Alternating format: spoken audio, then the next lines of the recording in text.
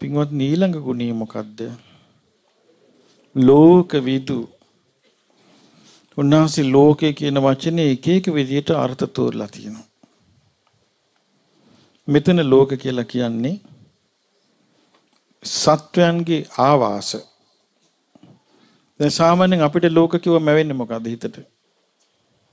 අපි කියන ලෝකේ. අපිට වෙන්නේ මොකද්ද හිතට? පෘථුවිය. මෙතන ලෝක කිව්ව පෘථුවිය නෙමෙයි. සත්වයන්ගේ ලෝක. දැන් අපිට පේනවා ලෝක දෙකක්. මොනවද? තිරිසන් ලෝකේ පේනවා, මිනිස් ලෝකේ පේනවා.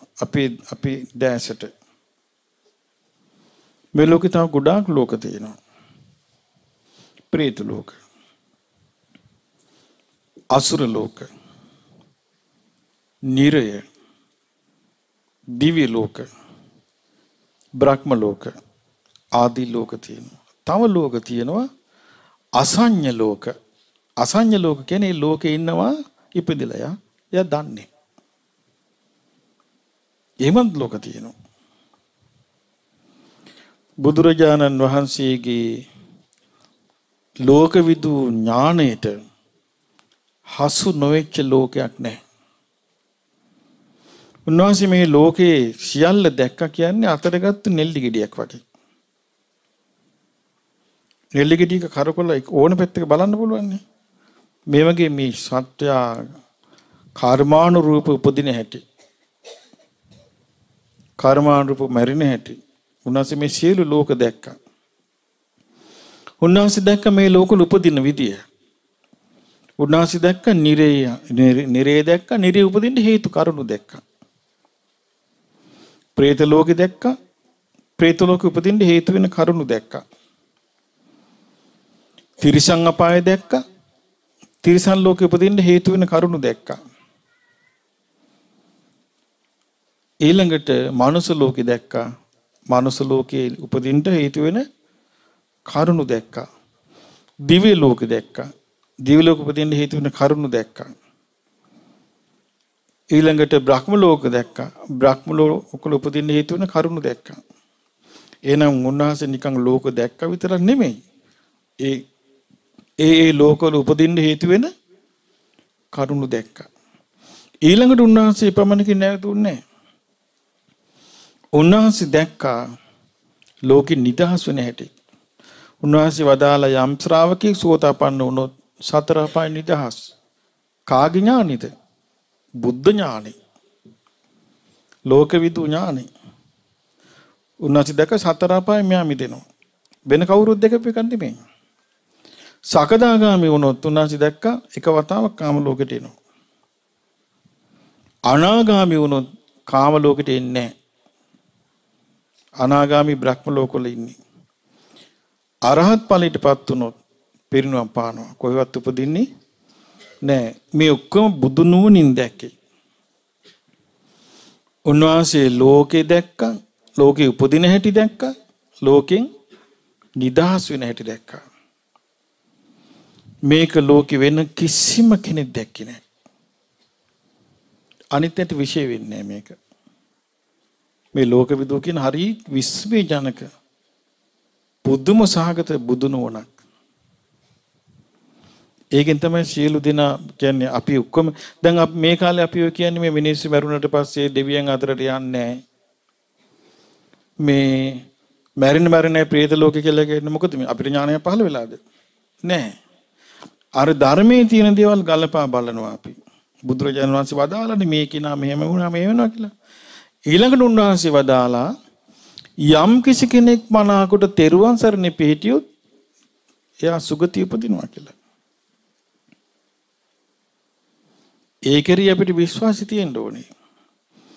දැන් අපි මේ කියන්නේ මොකෝ දුගතිය යනවා කියලා. තෙරුවන් සරණේ පිහිටලා නැති නිසානේ. තෙරුවන් සරණේ මනාකොට පිහිටියා නම් සුගතිය යන්න ඕනේ. ඒක තමයි ඒකේ ප්‍රතිඵලය. ඒ ප්‍රතිඵලය ලැබෙන්නේ නැත්තම් දැන් අපි කියනවා දෙවරක් දෙක හතරයි. අපි කියමු මෙතන තියෙනවා කියමු අපි පොල් ගෙඩි හතරක්.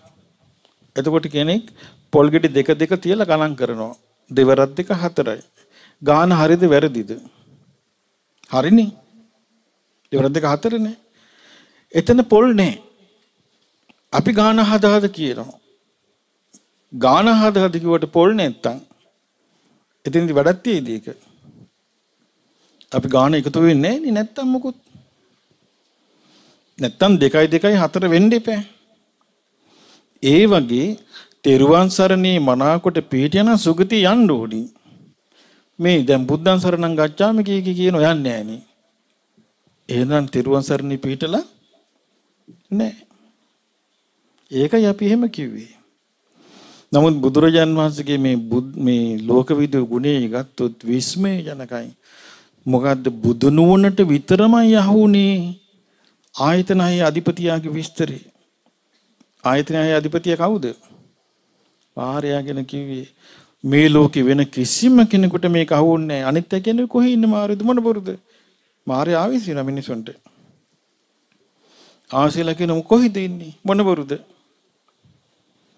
බුදුරජාණන් වහන්සේත් එක්ක කතා කළා. එයා බුදුරජාණන් වහන්සේත් එක්ක කතා කළා. දවසක් බුදුරජාණන් වහන්සේ සංඝ පිරිසකට මේ ඇස කන නාසය දිවකය මනස කියන හයෙන් ඊතර වෙන්න ධර්මය කියනවා. එතකොට මේ ඇඟේ මඩ ගහගත්තු, අමුඩ ගෙටියක් ගහගත්තු, බුලත් හපයක් ගහගත්තු ගොවියෙක් රිටක් අතින් අරන් වේවැලක් බුදුරජාන් වහන්සේ ඉස්සරහට හිට ගත්තා. දැන් උන්වහන්සේ මේ සංඝ පිරිසට ධර්මයේ කියන්නේ මේ ගහක් යට. දැන් මේ ගොවිය ඇවිල්ලා බාධා කරා. මොකද්ද බාධා? මේ දේශනාවට බාධා වෙන්න ඇහුවා ශ්‍රමණයන් වහන්සේ මගේ හරක් ගියාද මේ පැත්තෙන් කියලා ඇහුවා.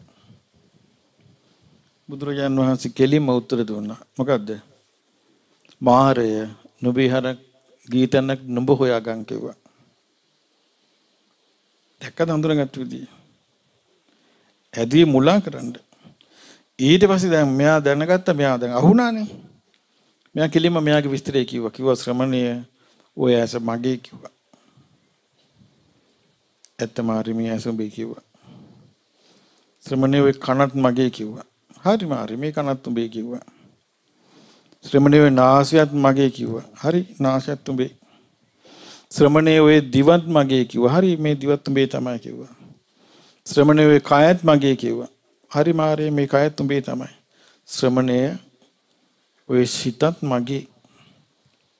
හරි මාරේ මේ සිතත් උඹේ. ඊට පස්සේ ආවා ශ්‍රමණීය යමෙක් ඔය හය මමයේ මාගේ ආත්මය කියයිද ඒකුණුත් මගේ කිව්වා.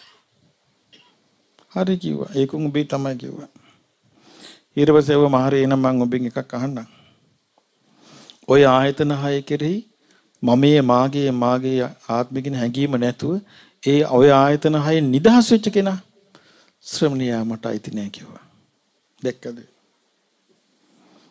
ඔන්න බුදු කෙනෙකුගේ ඉලක්කය.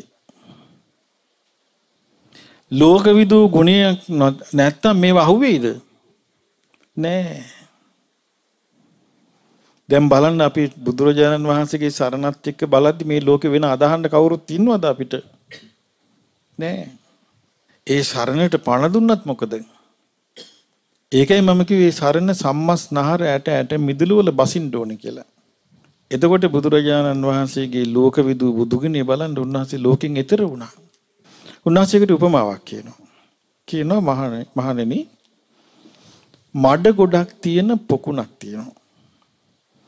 මේ මඩේ නෙළුමක් පැලවෙනවා.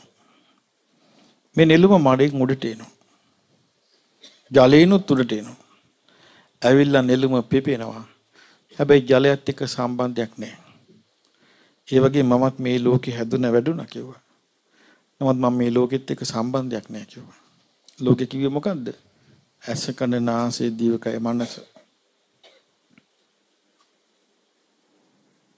දැන් බලන්න මේ බුදුරජාන් වහන්සේගේ උන්වහන්සේ වැඩ හිටපු විදිය කොච්චර ආශ්‍රියක්ද?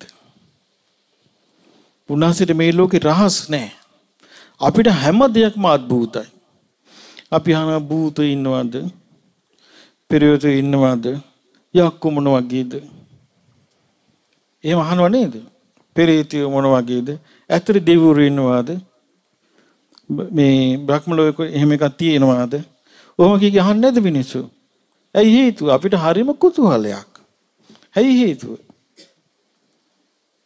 අපිට ප්‍රකට නැහැ. නමුත් බුදුරජාණන් වහන්සේට හැම දෙයක්ම ප්‍රකටයි. සම්බුද්ධත්වයට පත්ුනේම ලෝකවිදු ගුණයෙන් යුක්තව. දැන් මේ බුදු ගුණ පින්වත්නි පස්සේ හම්බුණා නෙමෙයි. එදා බෝධි මූලයේදී ලැබිච්චා. උන්වහන්සේ සම්බුද්ධත්වයට පත් වෙලා බලන්න උන්වහන්සේගේ ගුණවන්තකම උන්වහන්සේ කල්පනා කළා මෙහෙම. කල්පනා කළා මම ඔබට මතකද කිව්වා උන්වහන්සේ අර අනෝමාගයෙන් එතර වෙලා පැවිදි වුණානේ තනියම. ඊට පස්සේ උන්වහන්සේ ඉස්සෙල්ලම හොයාගෙන ගියේ කාවද? ගුරුවරයෙක්ව. එහෙනම් උන්වහන්සේගේ තිබිච්ච ගුණයක් තමයි ගුරුවරයෙක් නැතුව ඉන්න කැමති නැහැ. ඊට පස්සේ උන්වහන්සේ සම්බුද්ධත්වයට පත් වෙලා කල්පනා කළා ගුරුවරයෙක් නැතුව ඉන්න එක හරි නෑ. ගුරුවරයෙක් හොයාගන්න ඕනේ. මට මේ සම්පූර්ණ කරගන්න බැරි සීලයක් ඇද්ද? ඒ සම්පූර්ණ කරගන්න සමාධි ප්‍රඥා ආදී සම්පූර්ණ කරගන්න උපකාර ගන්න පුළුවන් කෙනෙක් මේ මිනිස්සු අතර ඉන්නවද කියලා මේ ලෝකේ මිනිස්සු ඉන්නවනම් කෝටි 500ක් ඒ සියලුම මිනිස්සුන්ගේ තමන්ගේ සිතින් හොයලා බැලුවා. මනුස්ස ලෝකේ නැහැ. තමන් තරම් කෙනෙක් නැහැ. ඊට පස්සේ බැලුවා දෙවියන් අතර සියලුම දෙවියන්ව තමන්ගේ මනසින් හැම දෙවියෙක්ම ස්පර්ශ කරලා බැලුවා. දිව්‍ය ලෝකෙත් නැහැ. බ්‍රහ්ම ලෝකේ බැලුවා. බ්‍රහ්ම ලෝකෙත් නැහැ. ඊට පස්සේ උන්වහන්සේ කල්පනා කළා එහෙනම් මාව මේ தත්ත්වයට පත් කළේ ධර්මයක් විසින්. එහෙනම් ඒ ධර්මයේ මං ගුරුවරයා බවට පත් කරගන්නවා කියලා. බලන්න ගුණවන්තකම. නේද? බලන්න නිහතමානීකම. සරණ යන්න දැන් මේ කියන ගුණත් එක්ක බලද්දි පින්වත්නි සරණ යන්න සුදුසුද නැද්ද? සුදුසුනේ. දැන් අපි කොහොමද කෙනෙක් කියනවා දිව මෙච්චර දිගට මෙච්චර පල්ලට දිව දාගෙන කඩුක නිසා තියන් ඉන්නවා කෙනෙක්. සරණ යන්න සුදුසුද දැකලා දුවන්න සුදුසුද? ඒ අය ගාවට අපි යන පිහිට ඉල්ලගෙන උන් දෙයි පිහිට. සරණ තියෙන්නේ මෙතන. එතකොට ඒ බුදුරජාණන් වහන්සේ කාන්තෙම ලෝක විදු. එයාගම උන්වහන්සේ ලෝකෙන් නිදහස් වැඩ හිටියා. උන්වහන්සේ එක තැනක දේශනා කළ මහණෙනි තථාගතයන් වහන්සේ පිරිනුවන් පෑවට පස්සේ ලෝකේ කවුරුවත් උන්වහන්සේ ඒ විදිහට දකින්නේ නැහැ කිව්වා. ඒතර පිරිනුවන් පෑවට පස්සේ බුදුරජාණන් වහන්සේ දෙවියන්ගේ මිනිසුන් අතර උන්වහන්සේ දකින්න හම්බෙන්නේ නැහැ කිව්වා. බුදුරජාණන් වහන්සේගේ බුද්ධ අධිෂ්ඨානෙන් පේන අවස්ථා තියෙනවා. තව එක අවස්ථාවක් අපිට ඉතිරි වෙලා තියෙනවා. ධාතු අන්තර්දාන වෙන අවස්ථාව. අනාගතයේ මේවා වෙන ආගම් ඇවිල්ලා මිසිදිට බලවත් වෙලා අදහන්න වැඳුම් පිදුම් කරන්න කවුරුත් නැතුව ගියාට පස්සේ ඒ නියමිත කාල පරිච්ඡේදය ඉවරුනහම මේ සර්වඥ ධාතුන් වහන්සේලා ඔක්කොම එකතු වෙන රුවන්වැලි මහසෑයට. එතනින් නාගදීපයට වඩිනවා. එතනින් ඉන්දියාවට. එතකොට කිසිම මිනිසෙක් නැහැ මේ සිද්ධිය දකින්න. ඔබට මේ කියන සිද්ධිය දකින්න පුළුවන් වෙයි. ඒ වෙද්දි ඔබ දෙවියන් අතර හිටියෝ. නැත්තම් නැහැ. එතකොට බුද්ධ ගයාවේ අර වජිරාසනයේ බුදුරජාන් වහන්සේ යම් ආසනයක වැඩ ඉඳ සම්බුද්ධත්වයට පත් වුණාද ඒ ආසනයේ බුදුරජාණන් වහන්සේගේ සර්වඥ දැන් බඹලොව දෙව්ලොවක් තියෙනවා දෙව්ලොවක් ධාතු තියෙනවා බ්‍රහ්ම ලෝකෙත් තියෙනවා ඒ සියලුම ධාතුන් වහන්සේලා වඩිනවා කිසිම දෙවියෙකුට බඹෙකුට තමන්ගේ බලෙන් හංග ගන්න බෑ මේ ධාතුන් වහන්සේ වඩින්න දෙන්න බෑ කියලා කරන්න බෑ බුද්ධ අධිෂ්ඨානයෙන් වඩින්න වැඩම කළා ඒ වජිරාසනයේ මත භාග්‍යවතුන් වහන්සේ වැඩ සිටපු තැන බුදුරජාණන් වහන්සේ නමක් 이르දියෙන් මැවෙනවා. 이르දියෙන් මැවෙනවා. ඒ මැවිච්ච වෙලාවට ඒ මොහොතට ආයත් මාර බලයේ යටපත් වෙනවා. ඒ මොහොතේ බුදුරජාණන් වහන්සේට 이르දියෙන් චතුරාර්ය සත්‍ය ධර්මය කියනවා. ඒ වෙලාවේ දෙවියන් අතර හිටියොත් ඔබ හෝ මම හෝ අපිට මේ අවස්ථාව තියෙනවා ආයි ධාතු පරිණිරවාණය වෙලාවේ මේ ගුණයන්ගෙන් යුක්ත වැඩ සිටි සර්වඥයන් වහන්සේගේ ඡායාව දකින්න. ඒ විතරක් නෙමෙයි අපිට අවස්ථාවක් තියෙනවා චතුරාර්ය සත්‍ය අවබෝධ කරගන්න. හැබැයි මේ ජීවිතයේදී ඔබට මේක ලොස්ට් වුණොත්, ඒ කියන්නේ ඔබට මේක අහිමි වුණොත්, තෙරුවන් සරණේ අහිමි වෙලා ආයෙගල කුණු කොටක උපන්නොත් ගහගෙන යයි, අම්බරිලා යයි, ආයෙ බේරෙන්න හම්බෙන්නේ. ඒකයි. ඉතින් උන්වහන්සේගේ ලෝක විද්‍ය ගුණය හරිය අසිරිමත්. අපි වන්දනා කරමු. ඒ භාග්‍යවත්තු අරහත්තු ගෞතම නමෝ සම්මා සම්බුදුරජාණන් වහන්සේ ඒකාන්ත වශයෙන්ම ලෝකවිදු වනසේක ලෝකවිදු බුදු ගුණයෙන් යුතු බුදුරජාණන් වහන්සේ සාදරයෙන් මම සරණ යමි. සාදු සාදු සාදු